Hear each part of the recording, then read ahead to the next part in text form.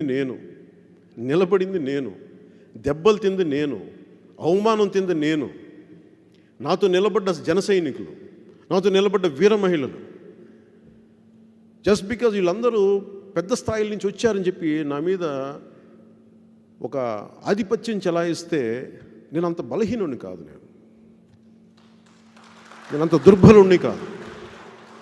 ఎందుకంటే నేను ఉంటానో పోతానో దీని మీద ఈ నిర్దిష్టమైన ఒక ఆలోచన క్రమంతో బతికినవాడిని.